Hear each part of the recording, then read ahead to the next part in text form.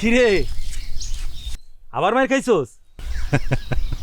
এবার কার লিগা মার খাইলি? কয়টা পাইছস? ব্যাপারটা বুঝছুন না, মারলাম তি লাগলো কলা গাছে, আডুবে রক্ত পরে কয় চোখ গেল রে বাবা। রাগ তোর চোখ গেল রে বাবা, কত রাগা মাথা নাই কিছু নাই। আমার তো মায়ের ফিট গায়ে লাগে না, এর লেগেই তো মায়ের খাওয়ানটা আমার ফেসা। হ্যাঁ তুই তো প্লাস্টিক বডি। আমি তো প্লাস্টিক বডি না, আমি প্লাস্টিক বডি।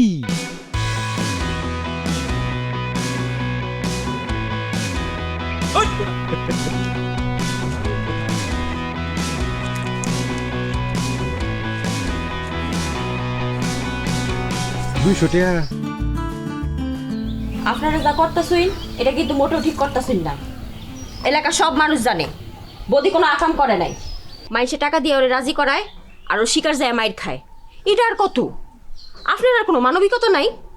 আহা, একটা মানুষ যদি অপরাধ স্বীকার করে আমরা কি করার আছে? চেয়ারম্যান সাহেব একদম ঠিক কথা কইছেন। মুখ দিয়া কইলেই হইল, বদিরে কইবেন প্রমাণ দিতে যে তুই যে করছস সেটার প্রমাণ কর। এইটা কি কোন বাবি সাহেব, নিজ মুখে স্বীকার করাটাই তো সবচেয়ে বড় প্রমাণ। কিন্তু আপনারা তো জানেন যে বদি মিথ্যা কথা কইতেছে।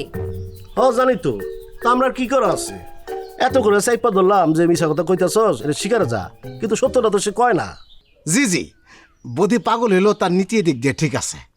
অল্প কটা টায়ার লেখা বদি এই কাম করে, তারে অন্য কোনো কামে লাগাই দেন। দিছি তো, এত মন দিয়ে কাম করে না, আজকে করে তো কালকে হাওয়া। মায়ের খাওয়ানটা হইলো কি এখন বদির পেশা।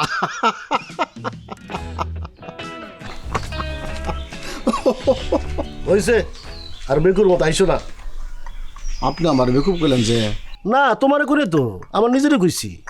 মানে মাইন হইলো আমি বেকুম না হইলে তোমার মতো ল্যাম্বরের কথা শুনি। চেয়ারম্যান সাহেব আপনি না। আচ্ছা ঠিক আছে, তুমি যাও। জি, আসসালামু আলাইকুম।